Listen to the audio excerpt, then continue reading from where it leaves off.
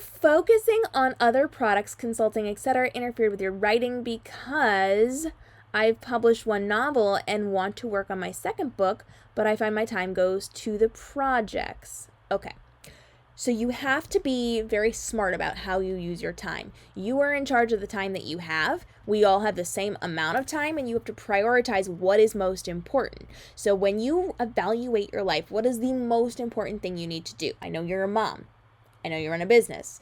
Family, taking care of them, making income. Those things have to be priority. And books are great if they are your source of income. If they are your main source of income, that needs to be a priority for you more than anything else other than your child.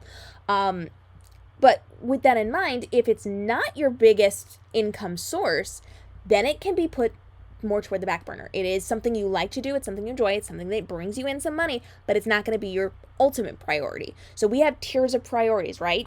Taking care of the people we're responsible for, bringing in money to take care of the people we're responsible for. And then however you structure taking care of yourself and the things around you and, cleaning house and like all the things. Prioritize, understand there are levels. Once you understand there are levels, it takes a lot of pressure off of it because you can live in and prioritize the things that are most important. And if something doesn't get done today, it's okay to do it tomorrow. So with that in mind, where are your priorities? You got to think that one through. I have a special structure inside of my business that allows me to focus on one project at a time. So I run multiple businesses. I have my social media. I do the consulting work. I do all of the things. I have my novels and my writing and all of those things. And I do not try to focus on two things at once. So I do run both businesses simultaneously, but I focus on one big project at a time. So if I'm writing a novel, I am writing a novel. 90% of my day is focused, or my work day is focused around writing that novel. The other 10% is focused on maintaining the other business. That's showing up on social media, doing the live streams, doing the little work, answering the emails. I'm not overarching focused on my other business if I'm writing a novel. Now, once I'm done with that novel, that goes to the side, and my book business becomes the one that's on the back burner. It's the maintenance mode things. I then focus on a project inside of my business, forming a new course, doing the consulting work, doing whatever.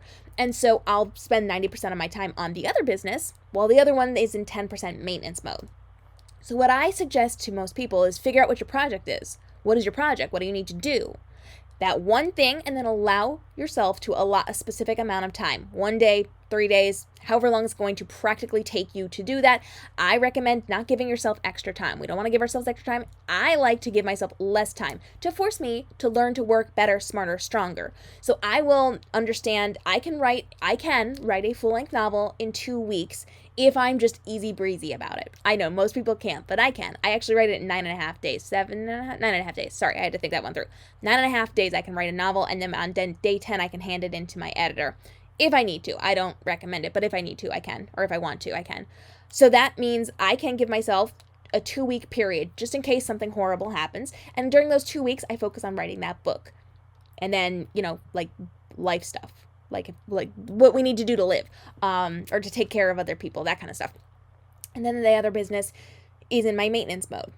Write my book, handle my book, hand the book off. Now I can focus on the other project. I can do a big project here for 3 days, for 5 days, for 7 days, for a week, for 2 weeks, for whatever it is, and then go back to writing. And it doesn't always bounce between the two businesses. It's whatever is the priority now. What do I need to do now? Because different times of the year will have different deadlines and different priorities. So knowing and structuring your day, your week, your month, your quarters, and your years is going to allow you to decide what is priority when to get things done efficiently. So yeah, you should be focused on projects. Projects are a good thing, but make sure you set very specific deadlines and get it done. And then make sure you've allotted 10% of that work time for maintenance mode for your other things. So if you are a slow writer and you take a really long time to write it, that's okay. We're not going to take 7 months just to write a book, but you are going to take maybe 30% of every day and allot that specifically to writing your book. It'll take longer, and that's fine, but you'll get it done. So you can either structure it where you've got a percentage of your day for each business, or you can structure it so that you do a project and maintenance mode and then a project and maintenance mode. I like projects and maintenance mode just because I can have my hands in both places, but I can streamline my focus and get things done faster because I'm in that work zone and I'm not bouncing around trying to do all the different things. So maintenance mode and focusing on a project is really, really good. With that in mind, if you've got deadlines, you got to rearrange things and you have to prioritize taking care of your family and all of those things. But projects are actually a good thing. And where you make the money is where you should be focusing your time. I know it sucks sometimes, but it is important to make sure you're focused on what is going to bring you money. Not just like what's going to bring you quick hit money, but money that is sustainable and going to carry you through in the longer capacity. So if that's books, focus on the books. And if that's the business, focus on the business. Whatever it happens to be, you need to structure it for yourself. And if you struggle with time commitments, get an accountability partner. Get somebody to do this with. Get somebody to check in with. Or better yet, hire a coach.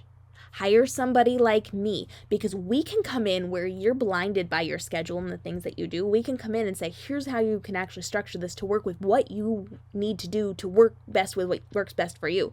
I know that was a lot of like going around. We can find out what works best for you and help you structure things where you can't see it because you're too close to these things and it feels overwhelming to be dealing with children and a husband and your business and your writing and all the other things you have to do. We can come in and give you a very specific structure based on who you are and your needs. So hire a coach. The best thing you can do if you want to grow significantly and quickly is to hire a coach in your business.